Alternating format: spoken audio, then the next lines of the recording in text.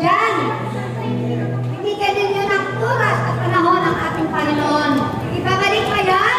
Amen. Ibabalik pa ng Diyos yan? Amen. Amen. Ngayon sa iyong pananalig at paniniwala, gagawa ng himala si Amang Yahweh. Palapakan po natin ang ating buhay na Panginoon. Praise the Lord.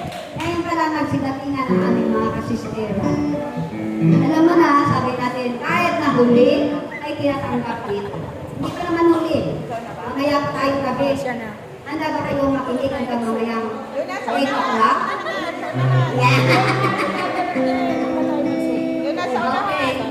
Handa na ba makinig? Ayan.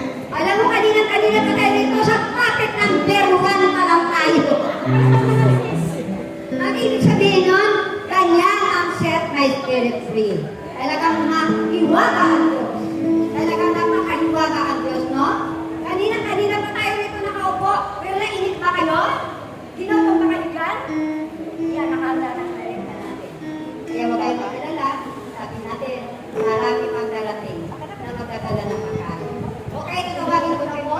Sister Rose? Sister Rose, pwede ka lang maupo? Pinaparang ng gusto. Ilang Ito na yung ako nakakapagay na dito.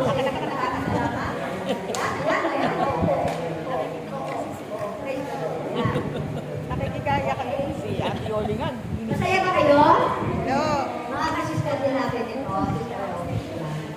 Kaya maraming salamat sa inyong patugon na talagang ang patugon ninyo na ginamit ang inyong mga sponsors. Tunay na po ang Diyos ang inyong sinamahan. At dahil yan ang ibig ng Diyos na tayo ang unang lumapit sa Kanya. Gagawa pa ng himala? Himala ba? Eh, palapakan po natin ang ating buhay na Panginoon. Praise the Lord. Kaya ako ang tawagin ko ito, yung kanyang matalakayan ay pagtanggap ng kapangyarihan sa dila mula sa Espiritu Santo. Dahil po sa kanyang pagtanggap na yan, tinanggap niya ang lahat, pati mga tungkulin, mahirap man, ay kanyang ginagampanan. Ngunit wala sa reklamo kahit na isa. Kahit na kunti. Natunay nga po na dahil sa kanyang hindi pagreklamo, sumusunod na rin kami na wala rin reklamo. Eh kung siya ay nagpapala, gusto rin namin pagpalain. Kaya nga, tayong lahat na nandito ngayon, lalo na aking mga candidates na ito, na talagang kayo ipagpapalain ng Diyos. Hindi ako magbibigay na, kundi si Amang Yahweh. Naniniwala kayo sis?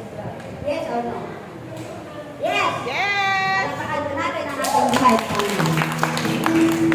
Tawagin ko na po ang magpapahayag. At tunay na po na kabilang ang babaeng ito ay talagang pinagpapala ng Diyos sa kalakasan dahil siya po yung ating divine healing therapist. Ang maganda, pinasisexy pa. At tunay ako na talagang kapag lalakad pa lang, talagang maiian ka na. Masasama ang iyong paningin. Yan. Tunay nga po na walang iba. Ang aking mahal na prinsesa, S1 Dilag. Palakpakan po natin ang ating Panginoon. Praise